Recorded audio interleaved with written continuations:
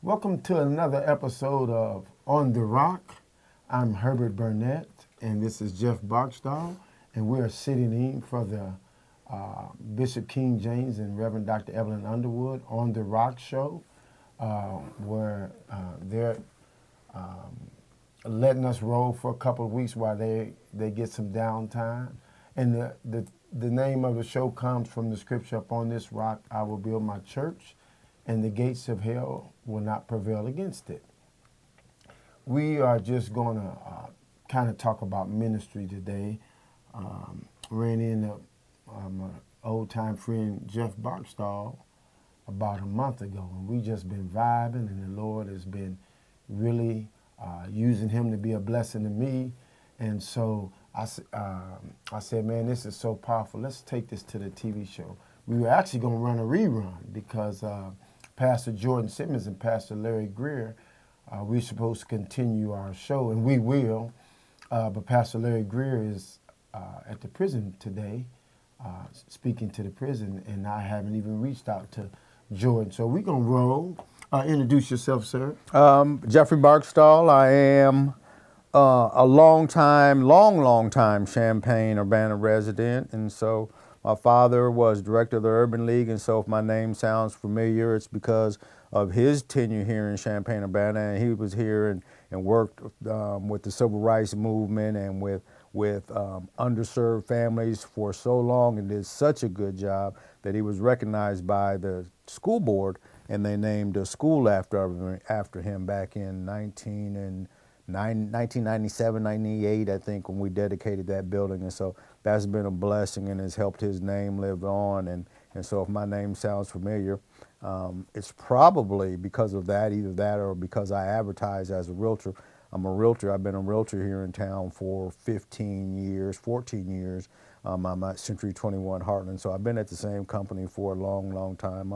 I guess that says I'm a loyal person, and I am a loyal person. So that's one of the reasons that I've been there. I've been happy there, but that's another reason that I've been there for so long. I also serve as a deacon at the Church of the Living God under the mighty direction of Bishop Lloyd Gwynn, and so that's been a blessing to me more than anything, more than the real estate business sure have.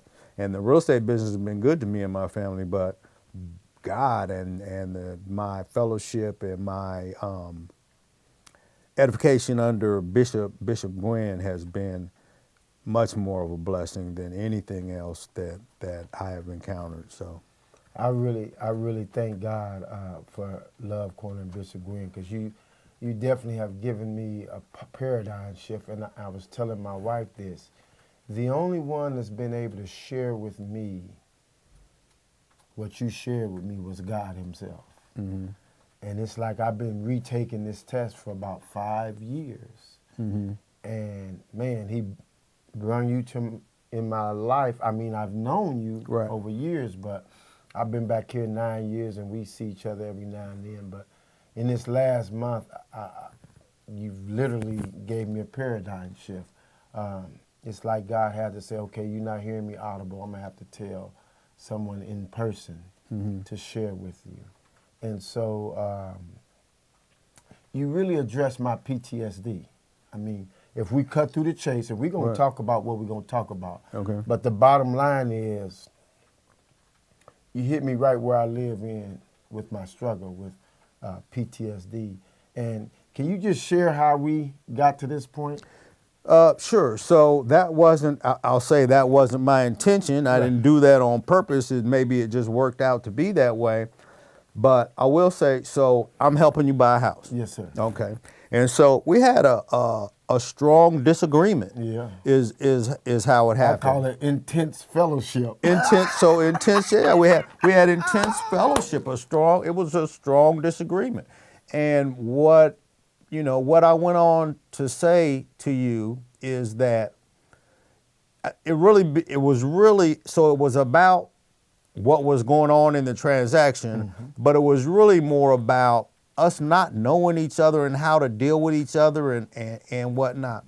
And so I was just telling you, that really my knowing you so the people may not know.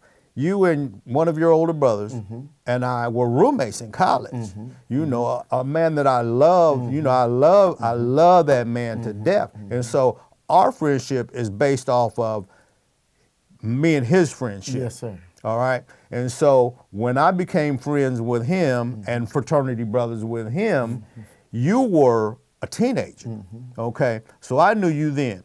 So we left and went off to school in Carbondale, and by the time we came back, you left and went to the Army. So you were gone for how long?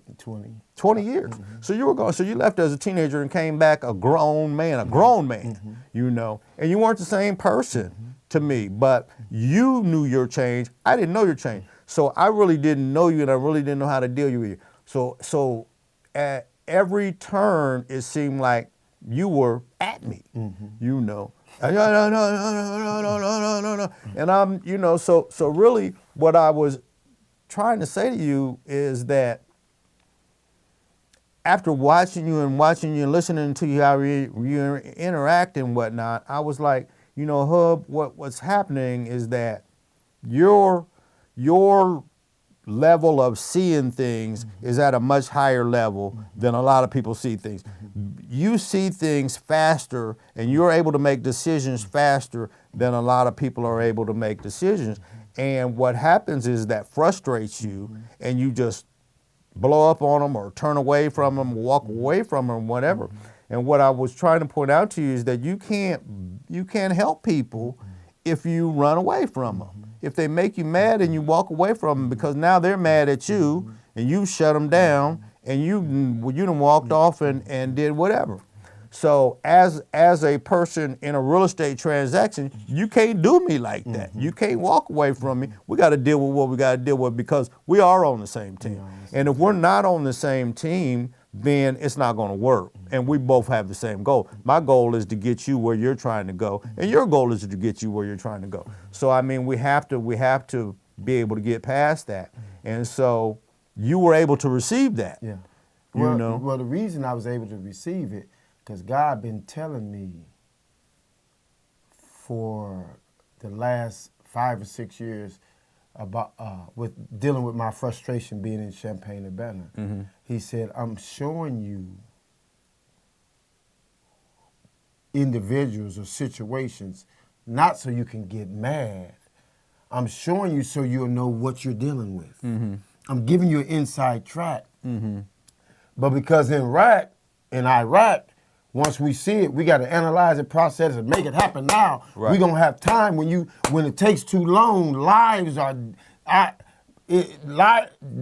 death. Yeah, people are gonna die. And when you told me that, it just became instantly clear to me, you know, why you do what you do and how it came. So you've got to translate back, you got to transition back, you know, because we're not in Iraq. Right. And some people are analytical, you know, and they just take time to make decisions or whatever the case may be. Or some people just don't see things like you do. And if you take the time to explain your position, then maybe they will see things the way that you do. So what I also wanted to share with you is that, you know, I've watched you, I've seen you, I've seen how you give, and I see how you love the kids that you work with, and I can see how you could be a fantastic soldier because of your ability to do what you would do, you know, with the quick thinking and whatnot. But people, if they can't get to you, you know, they don't know. They don't know that you have so much love. They don't know about the community service that you do. I watch you. You got your hand in a little bit of everything. So that shows that your heart is true. That shows that your heart is that you love the people of God. You can't love God and not love the people of God. But the people of God, some of the people of God can't see that because you walked away from them. You know. Right. So you can't do that and minister to them at the same time. You hit me because when you the initial time you told me this, you know, we had a disagreement. Right. And then 10 minutes later, you hit me back and you was like, you know what, I thought about what you said, and it's right. You know. You told me I did something wrong, and you were right. Yeah. But then you went on to say. I couldn't even really concentrate on that because the way you were coming at me, you know. And so it's really going to help me in leadership, because on the way over here, the Lord dropped in my spirit where He told Moses to speak to the rock. Moses got mad and smote the rock. Right. And he never saw him go in stepped the promised foot land. on the promised land. That's right. Now, he was able to see it from afar, but all that work he did, Right. and he never stepped foot on it. Right. And You can't so go in. I don't want my labor to be in vain. Right. And so I appreciate you bringing that to me. And Well, Moses' labor wasn't in vain because the people made it to the promised land, and his brother led him in, and but he just he missed the blessing. He missed that blessing. right. missed That's what it. I'm saying. Yeah. I don't want to miss the blessing. Right. You know what I'm saying? Right. And so, but it also led me to, because we've been conversation tough since then. I mean, we've been still moving forward with the house, but we've been having some good conversations. Had Right. some great catfish and soul food last Saturday. And I'm really a part of that group, but I'm in school during the day. Right. But I was out of touch. But thank God that you mentioned invited, it to me. right. And so, but another piece that was dealing with me today, I wasn't even planning on doing the show. I was just going to let them run a rerun. But me and the Lord was having a talk. And you got something to say, man. I know you fly under the radar a lot, but just the conversations that I've been having with you, you're very wise. I appreciate that. That's nothing but God. Yeah, and we need that in these days. I'm really going through now. One of my ex-players got shot 2 nights ago. And that's like the third one. Yeah. I mean, it's been more, but I'm talking about it's definitely the third one in this town that's really, really close to my heart. And why I'm in so much pain in reference to that is I can remember him being an A, maybe a couple of B's, but him being an A student pretty much. Right. And another my kid that got shot last year being an A student in AP courses, could have went to any Division I. Right. You know, so, and these guys, you know, are out here, you know, they out here. Right. And so that bothers me because these were top flight students, athletes in school, top flight. Yeah. Not middle tour, not, and so it's something about this city. No, You know, it's this generation. Okay, it's the generation. Yeah, Okay. because it's not unique to this city at all. But you know what? Can I say this? And this is why I blame the city some, because I've had about 7. I got about 7 that I had some type of influence on them leaving, and they the same generation, and they doing great. That's good. Maybe they're a couple years older. But when I tell you, one of them, one of my favorites from Central, I had him at Central for 4 years. I was telling him to leave for 3 years, you know, and so and he grew up in Garden Hills, and it wasn't until I told him, I didn't know what his rejection in recruiting. You got rejections in sales. You got DBM, which is dominant buying motive, but you got rejections. So I was dealing with his dominant buying motive for leaving. He wanted to get out of here. But his rejection, it took me 3 years to find his rejection. His rejection was he didn't want to leave his girl. Okay. So he was working for FedEx. One time, he pulled up in the truck, had a patch, popped in, a 30-second conversation, ended up being a 10 or 15-minute conversation. Right. But I got to his objection. Right. Real quick, I told him, take your girl with you. Right. And they've been gone 2 years. They not married yet, and I keep messing with him. You need to go and marry. About that, right.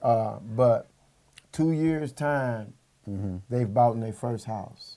He works at FedEx, and he works part-time for the Spurs, doing a great job. Right. And so I do think I won't blame the city, but this city definitely has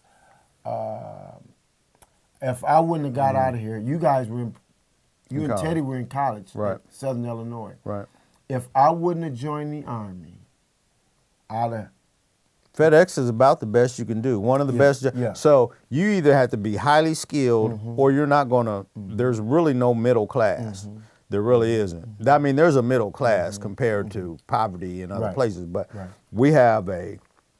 There's you got to be highly skilled to make a substantial living.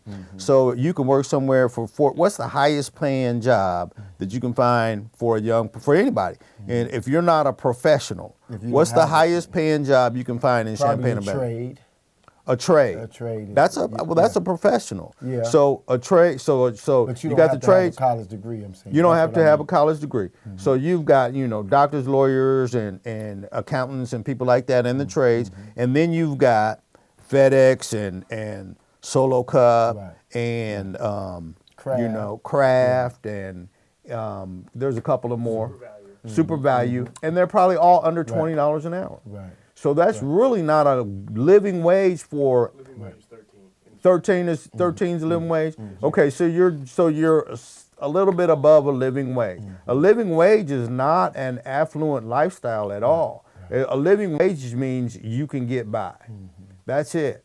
So I mean, Champaign-Urbana has its own set of problems, but the generation has a bigger set of problems. So you got the kids in Champaign-Urbana are growing up with more to deal with Right. than maybe kids. and- So you go to Chicago, you go to Atlanta, you go to any big city, there's more opportunity. That's how I was Okay, so there's really limited opportunity for It's- people in and it's not Champaign-Urbana. that- It's not that I blaming the city or disliking, but it's not conducive to what these guys need if they're not going to go to college. It's not conducive. It's not because this It gets stuck. the guy that got shot 2 days ago was an A student, Right. and Right. he was, I believe he was at Tennessee State for a semester. Somewhere in Nashville, he was going to school. I mean, Well, book knowledge and street knowledge aren't, common sense and book sense are, they're not the same thing. Yeah. Well, You it's can three. have one and It's not three. the other. It's common sense, book sense, and street sense. It's three. Yeah, common sense and street sense in where we came from Yeah. really translate to the same thing. But I Yeah. can see how you can separate Yeah, those. No, it's way different from when we came up. But one of my points that I really wanted to talk about is, man, you bring a lot to the table with your wisdom, and I'm already thinking of ideas how, because you laid back. You do a little golfing. You're a family man. You're not no rah type of guy. You really laid back, and so my wheels are already turning, because 18 to 35 gets no love. No love. Now I'm very passionate for my kids, LDA and basketball at Urbana. I'm very passionate, but deep down in my heart, man, if I could do what I wanted to do, it would be to reach the 18 to 35 year, which don't have no support system. Right. No infrastructure. At least if you're 17 and under, and you're going to school, Right. we can get you got some structure. Right. But 18 to 35, the best person that I know got access to them is Sean Williams on Saturday night. You know what I mean? And so, but most of these programs, including mine, if you know somebody, you can get. There's hold- Friday night basketball. There's you're right. There's not a lot, but there's Friday night for guys. Now for women, for the young ladies, Yeah. I'm not. Friday night, midnight basketball might go to about 21. Is that all? Yeah, about 21. But you're not gonna walk in midnight basketball and see no 27, 28, Right. 29 years old. A good example of that, and I hope he comes from out of it, is a Squirrel's son, Jerry Exum. Okay. Standout player. Out of the basketball. Standout player in Central. They won third that year. Oh, okay. Now he facing temp murder, I think. But he wasn't no bad guy. You know, Right. good school. I think he went to college. But man, this town you can get trapped in here, and that's what I was finna say. It's no doubt in my military mind. I went to Parkland. I was not feeling Parkland, not because I wasn't smart. I just wanted school was a drag. Right. All my brothers and sisters went to school. I didn't want to go to school. Right. I wasn't prepared mentally to go to school. To sit down. Yeah. I had 2 or 3 jobs. I worked because I like money. Yeah. You know. You but, know, that's not sitting down. But I was not headed in a good direction if I wouldn't have left Champaign-Urbana. Right. And one of the things I'm glad you got out. the Lord reminds me of all the time when I want to leave is, I let you get out of there. I sent you back to help some more because this is all a lot of people know. See, you went off to college. You saw some stuff you experienced. Some of these guys ain't never been, maybe Indianapolis, Chicago, and St. Louis. That's Right. their radius. Right. So this is what they think the world is. When my guy Chubb went out to San Antonio, man, he was sending me pictures every day. The River Rock, the Alamo. Wait a minute, when you get concerned about, you know, history and the River Walk. Right. Sending you pictures of boats. But he ain't know nothing about nothing but Bradley McKinley, Right. Lakeside, not Lakeside, Garden Hills. That's Yeah. all he knew. Yeah. Now, Chicago's worse. So I live in Chicago, yeah. and the kids in Chicago don't even come out of their neighborhood. They've never been downtown. They could see it from afar. So my mind is turning, and I'm looking at all this wisdom you got, and I'm like, we got to get. See, it's hard to get an 18 to 35 audience, because you can get it. You can get an audience 17 to 16 and under if your friend is a teacher or your friend is a assistant principal. Oh, you can get an audience. You ain't got to be real good. You ain't even got to really care. You don't have to have genuine concern. Oh, they can get you some kids to sit in front of you, but it ain't so easy when you're 18 to 35. Because them kids got to be willing to sit down with you. Right. They gotta want to. They gotta want to change. They gotta want to hear to get the information. Yeah, I hear you. You're right. So one of the things that definitely concerns me is all the shootings in town and whatnot. And I actually did go to a couple of different groups to try to see, you know, if I could help, because I just want to be able to. I want to have somebody to talk to. But the problem is that it's so scattered. First of all, every group has its own agenda, and their agenda might not be my agenda. You know, and my agenda is really just to help these kids get out of that mindset of, if you step on my shoe, I gotta shoot you, because that's what we do. That's not, you know, I mean, it is what they do. It shouldn't be what they do. But back in the, you know, there's, how do you figure out who to talk to? It's not like it's gang versus gang, or you could go to the gang leaders. See, now you don't even really have gang leaders anymore. Okay? But it's not gang versus gang. It's just this clique versus this clique, which might not be the same next week as it was last week. I'm here with my cousin, and you stepped on his shoe. Now they into it with them. But next weekend, they out with somebody else, and it's different people. There's really, you know, how do you figure out who to talk to? It's a moving target. Yeah, but here's my, and you're solidifying my point. In order to reach the 18 to 35, you got to have influence. You do, with the 18 to 35. And if you don't have it now, how do you get it?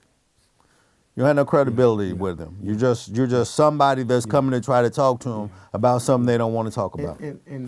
So we do need help there. I don't have that answer. Right. But you got. I know what to say. Right. So that's what I'm saying. We have to find. I knew the last shooting. I knew within 5 minutes of the kid get shot. And within 15 minutes, I have at least 4 of my guys up there at the hospital. And so I don't have a lot of influence because I got a lot going on. But what's scaring me is I'm gaining influence. Okay. Every time, because these are my guys. Right. And these guys are good kids.